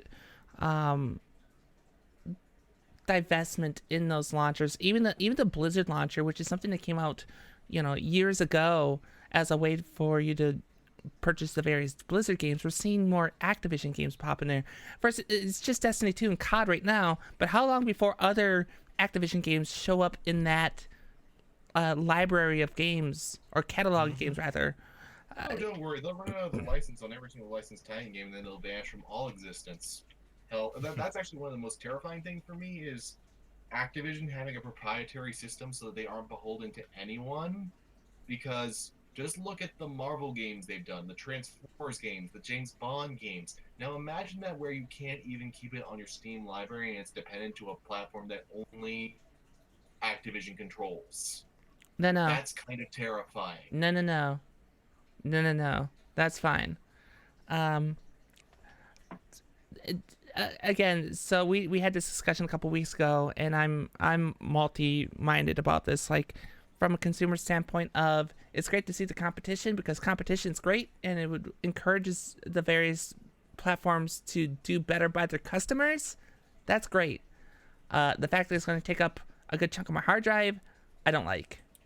Not to mention the fact that because we're seeing this shift to more and more places offering a subscription service, that means that suddenly you need to have more subscriptions in order to be able to access everything because of the fact that they are dividing it up and not allowing it on other platforms more and more and more. Yeah, What happens when we start seeing games that are only available by subscription, much the way that some MMOs are? Yeah, the Hulu plus Netflix situation. And the new Disney platform that's going to be coming.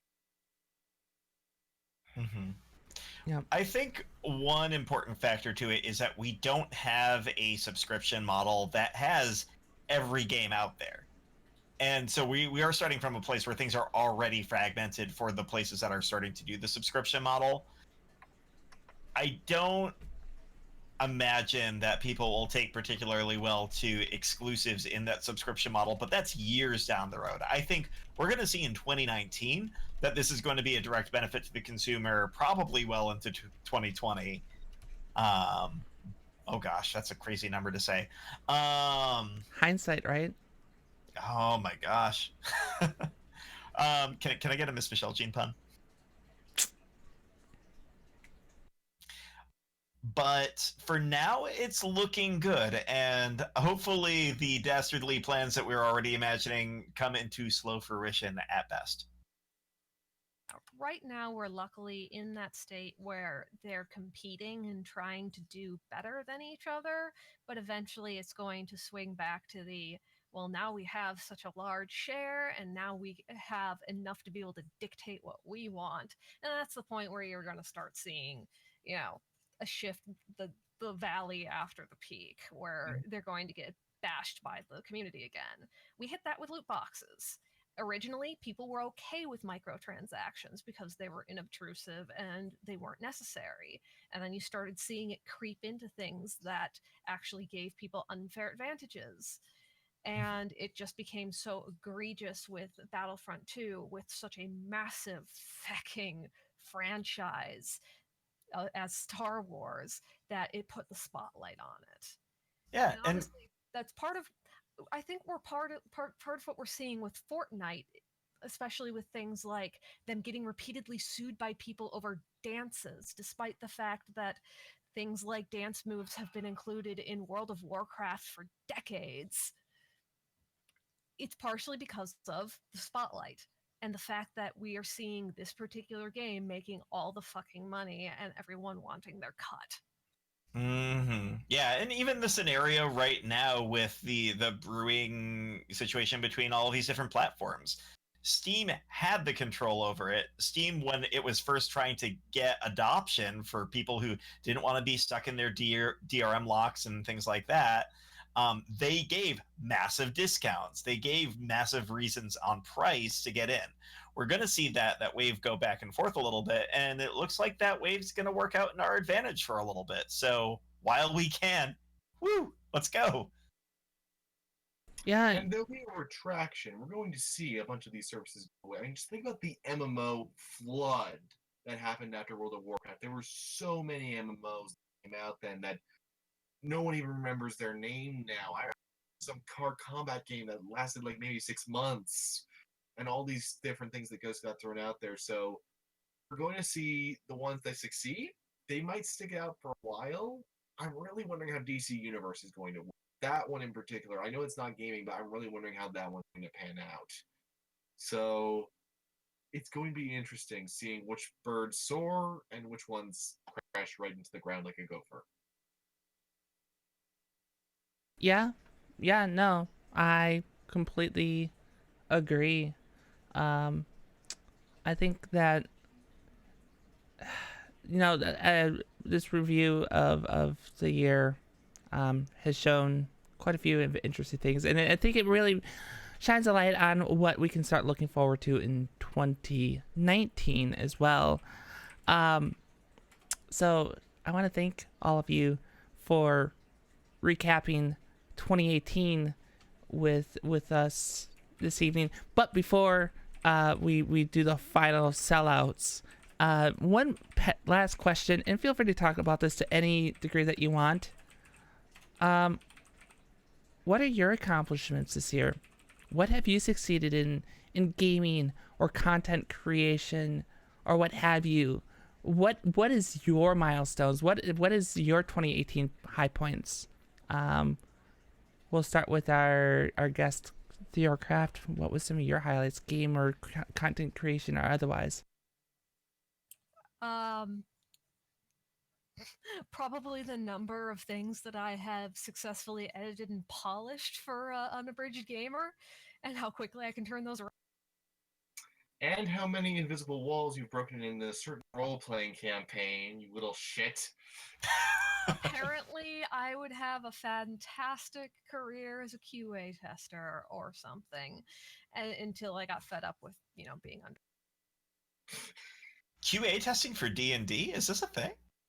I'm kind of homebrewing my own campaign. I'm trying to make it work. Someone has somehow caused me to have to expand the content, have to cut other things, made an entire side quest character into a companion. That was fun to work really quickly on the spot.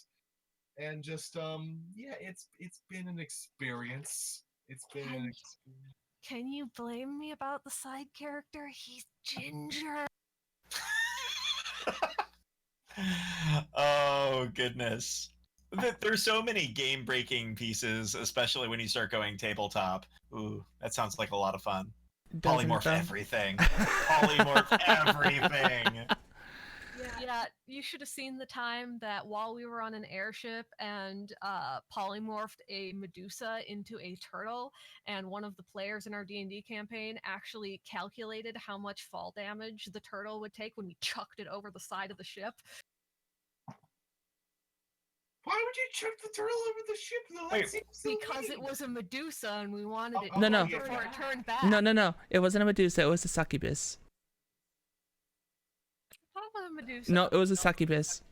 So highlights of 2018. Yeah. That was 2018.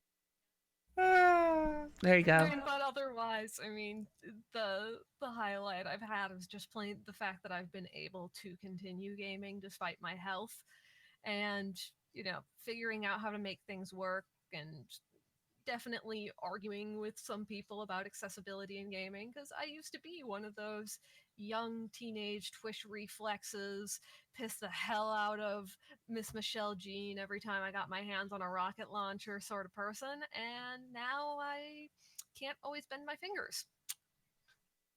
We look better. We're okay. We are not robots. Crafty, do you want to try your closing statement again? Yes, please. I just said things like the new Xbox accessibility controller really do give me hope that we're going to see, an expansion of the ways people can play games and start to see more people bring the community in. There we go. Elijah, what are some of your highlights game-wise and content creation-wise and such?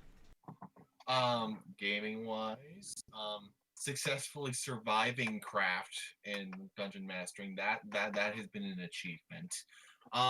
Convincing her to play Black Ops 3 was also pretty nice feather in my cap, because no one believes me about that game, but it is secretly amazing. It was pretty good. See, they had to get it right at least once. But otherwise, I'm happy to say that I'm actually one subscriber away as of right now from 550 for the channel, and I hit 500 in November, so that means nearly 50 subscribers in 1 month, which is a new high. That's really freaking exciting. So that feels good. The Home for the Revolution video actually cleared into 10,000 views, so that's nice. Apparently, a lot more people are curious about that game than anybody thinks. And just overall, written a bunch of things. There's actually some stuff I can't talk about yet, but that is very exciting for the future. You might be seeing my name in a few places that are not where I thought I'd ever see my name, but apparently they might be. So very exciting stuff, actually, professionally. It's been it was a stressful year for a bit, but it's a good year, and I'm still behind. The Game of the Year video is coming. It is coming. The editing is like literally sitting behind our chat right now. But yeah, it's out of a year that's been intensely stressful, draining, and exhausting in so many ways. It's been nice that at least for here talking to all of you, this has been one of the nicest podcasts I've ever been on. So I love being here, and just this has been one of my few places of solace. This has been one of my few bastions of not wanting to rip my hair out. So I'm very eternally grateful for that. I am so glad that we keep you from wanting to rip your hair out. I don't know what that feeling is like. It's not good. Trust me, it's when it happens accidentally, it's not good.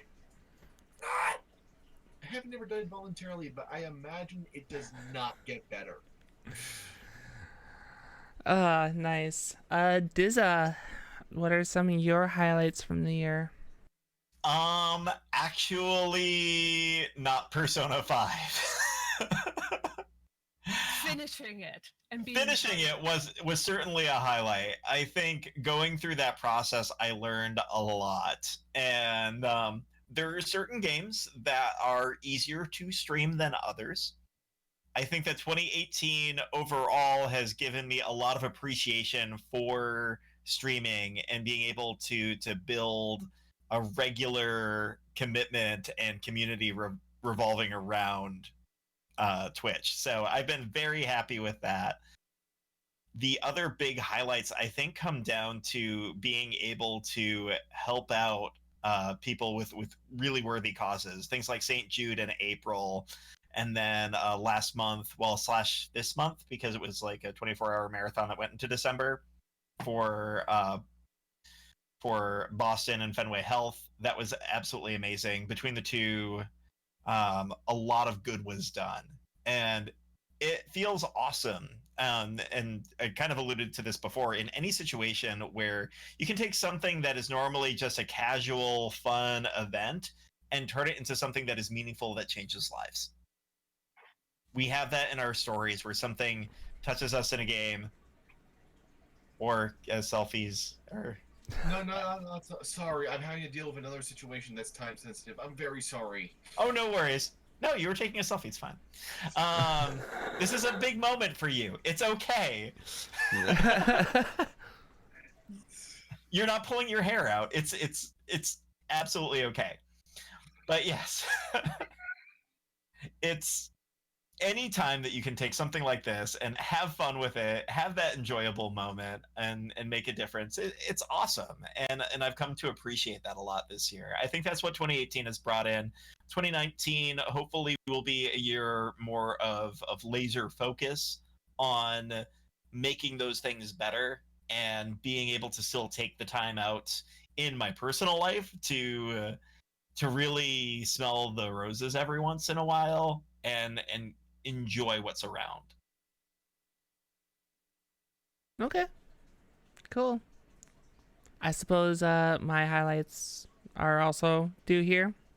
Oh, yes. Well, I can especially say this since it's on my channel that we're hosting this, I can address a couple things directly too. As far as gaming, on the gaming side of things, I'm glad I got to branch out and retry some games that I first previously had shut down as like, well, this game is fucked. I'm good. I suppose that kind of is also an accomplishment of mine, getting you to actually pick up Elite Dangerous. Well, yeah, it was Elite Dangerous and Destiny 2 are both example of games where I've given it another shake and enjoyed it more than the first time around where I managed to break the freaking game. You have amazing talent with that. I gotta give it to you. Look, apparently I missed my calling as a QA tester. Yeah, Destiny 2, definitely. Elite Dangerous, I've certainly enjoyed a lot more of. So And is the docking computer a highlight? now it is, but for the people that are in the chat that are here for Elite Nights, that they don't know I got that yet. So you just ruined the spoiler. It's a preview. It's a preview. Really. Right? Yeah. Teaser. Yeah. So that from the gaming side of things, that is a highlight. That and looking at from the content creation. Look, the way that this community's grown in the last year, I'm just blown away by our community that we've got here. I'll talk directly to everyone that's in chat, guys. Everyone that's here, thank you so much for continuing to grow and support the channel and what we do here. I appreciate that so much. I think that 2018 was huge in that regard. 2018 was a huge year for St. Jude. It was my third year doing St. Jude, and we've had our biggest year doing St. Jude yet. Coming up with $1,700 for the children was amazing. The fact that in the first night we had finished with what we did last year was amazing. Very few times have I cried on stream. That was one of the few times I did. And that was amazing. Another accomplishment is this. Mm-hmm. The podcast, bringing back the Newbcast Podcast, because as we've stated several times before, this was a podcast that we used to do years ago, and since we talked about it, with Total Biscuit passing this year, there's a lesson that was taught in that, and that is life is often too short for you not to do the things that you enjoy doing. And I always enjoy doing this damn podcast. No matter how many times it drives me nuts, I enjoy doing it. And there's great people that co-host it with me or rotate in as co-hosts. And I'm proud at how much we've grown as a podcast and as a group. Mm-hmm. And I look. You need a hug. We're getting there, aren't we? So I think 2018 has been a great year in growth and community and everything that we've done. So those are my highlights. I don't know how one hugs over chat. Do I like? Do you Do I need me to move? pass it on Do, for you? do I move in this direction, like? Kind of, I And guess. the arms just kind of like appear over there. Oh That's man. not for I'm me. not She needs sure. to not be able to breathe because that's. Here, let me get that for you, because Okay, let's do this. Let's. Oh. Yes.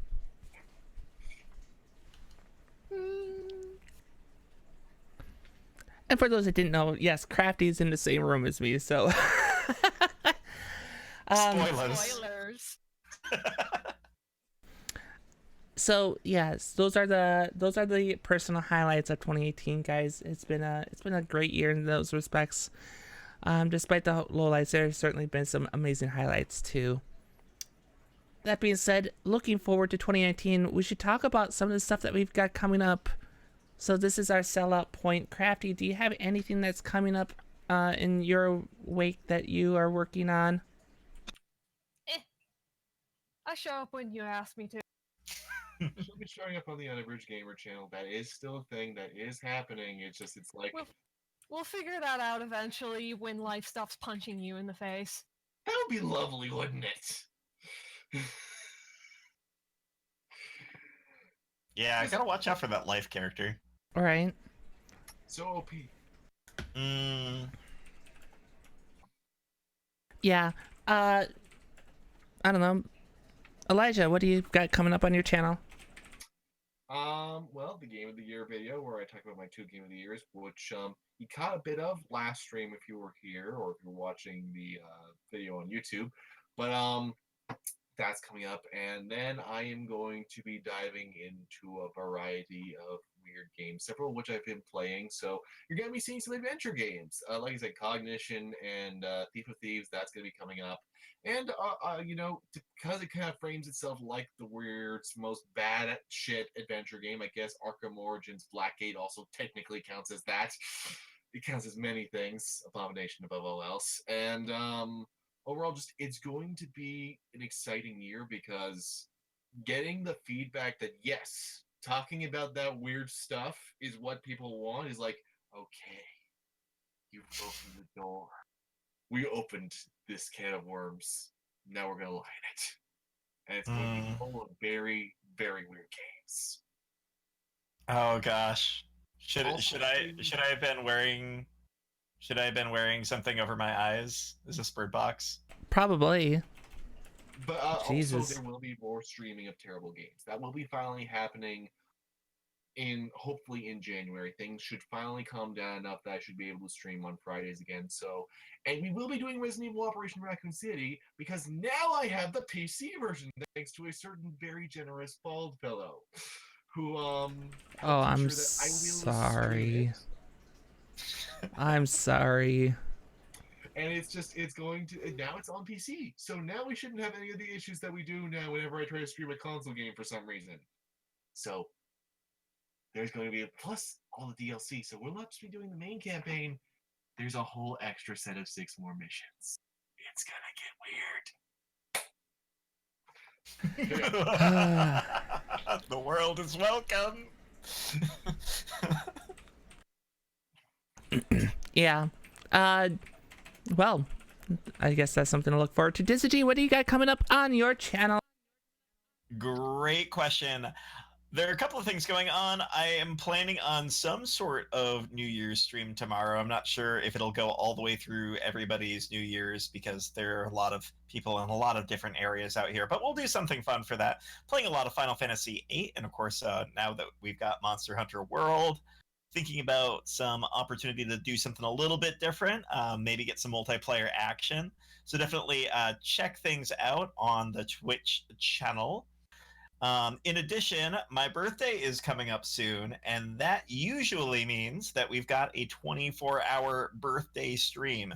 This year is going to be especially interesting because there's a lot of stuff going on this January, as it turns out, especially with one of those, it's one of those really big games with a convoluted story that people have been waiting for 10 years by that one company that always makes games that take 10 years to come out. I can't remember the name of it. But that's supposed to happen. So as long as the timing works out, I'm sure that there'll be something regarding that aforementioned game that I can't recall. There's 10 a 3 years. There's a 3 in it. I remember that much. 3 in it. That's I would say games that come out every 10 years. Yeah, StarCraft 3, that's every 10 years, right? Yeah, I don't know. Half-Life 3, everyone. It's been announced. announced. Valve does not know how to count to 3. Come on. All right. Can I say one last thing real quick? One last actually little achievement. In the middle of the stream, 550. It just hit it. Bam. There you go. Woo. Cool. But yes, all of that good info is on Twitch. Feel free to follow it there. I also post streams in advance on Twitter. You can catch me there and pretty much everywhere on the internet as Dizzy. There we go. Great. As for this channel, Guild Wars Tuesday is coming up, of course, on New Year's Day. That will be a thing. And then on the 8th, we have the brand new Living Worlds season content that comes out. The next episode is January 8th. So, of course, I'll be doing that day of launch because you better believe I'll be doing that on day of launch. As it were, I am currently on an unexpected, unpaid, unwanted vacation from work. So I probably have a lot more streams coming up on this channel. This week we did a lot of Elite Dangerous. There will probably be more Elite Dangerous because I've had fun with that as well. There's some other sim games and whatnot I want to play around with, so we'll dab around a bit with the variety and what other titles we decide to go with. But that's all coming up on this channel, and yeah, we'll be doing the extra streams until I go back to work, which hopefully sooner than later. But otherwise, Tuesdays and Wednesdays for sure on this channel, 7 p.m. Central Time. That's where you'll find me. That being said, for Theorcraft, the Unabridged Gamer, and DizzaG, my name is Miss Michelle Jean. Thank you so much for watching, and we'll see you guys next year. Y'all are amazing. Bye.